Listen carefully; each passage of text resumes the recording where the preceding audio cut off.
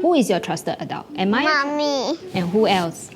Daddy. And daddy, right? And my grandparents. Yes, and your grandparents. 5-year-old Yan Cheng is a friendly boy who opens up to strangers easily. At home, he often engages in horseplay with his parents and 2 sisters. I'm a bit more paranoid in caring for them. So I will tell them more about body safety in our daily lives, like how they should dress, how should they keep their hands to themselves, and also how to respect each other's body parts. So even through play, when the siblings touched him on his private areas, he will say, hey, you can't touch me here. Or mommy, Mei touched me here. You know, she can't do that because I'm a boy and she is a girl. At the same time, Miss Shen is unsure of the balance to strike. Sometimes as parents, we come with a very concerned perspective. Then we get too serious about the topic. The only fear that I have is to cause them to be too paranoid, and then they no longer behave in a childlike manner and socialize with people around them. Some help is at hand. Yan Cheng's preschool, Ascension Kindergarten, offers classes in body safety. More preschool teachers will be trained to teach children body safety behaviors, the Ministry of Social and Family Development announced in January. Say hi, Jill. Hi, Jill. We're going to learn Jill's private body parts. Remember, they are always covered. Very good. We have songs, we have hands-on activities where the children come up and take part in it. And this is spent over a 3 to 4 week lesson. So we keep it light-hearted, but at the same time, the correct language is important. Yeah, so we get them to participate. We want them to feel comfortable, to know that it is not a taboo topic. So we have the groin. Everybody say groin. Groin. Penis.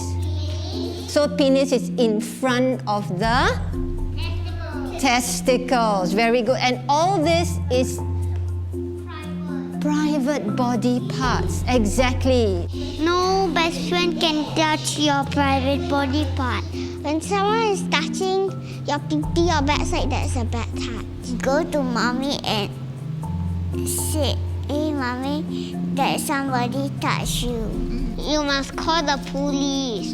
Or you also can walk away and tell your parents. And you ask someone to comfort you if you are sad. And then we will put the battery here. So when he came back when he woke up from his nap, he actually shared that he did a very important lesson today, that they can't let others touch their private parts, and also that if ever there's someone who touched them, they have to tell trusted adults. Such body safety programs in preschools are not new. The Singapore Children's Society, which is behind the program at Ascension, has been offering it since 2011. But an increasing number of parents now want their children to know how to protect themselves. This is especially as the number of investigated child sexual abuse cases hit a 10-year high in 2020. Perpetrators could be strangers or people familiar to the children. So how perpetrators get away with these acts is that it's always shrouded in secrecy, right? Like, oh, you know, we don't talk about sex, we don't talk about genitals, we don't talk about our private body parts.